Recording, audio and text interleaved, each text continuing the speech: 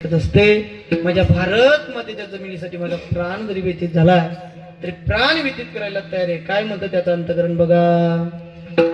हो जिंदाराने के मौसम बहुत है मगर क्या बात.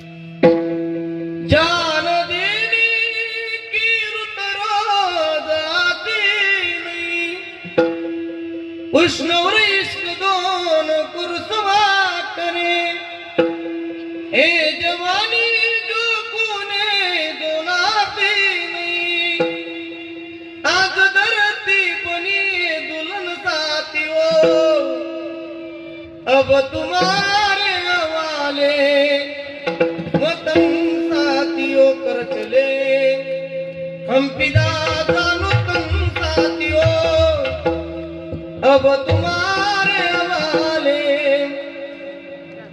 वतन साथियों. रडतात महाराज आम्ही भरपूर स्पर्धा परीक्षेचा अभ्यास करतो महाराज.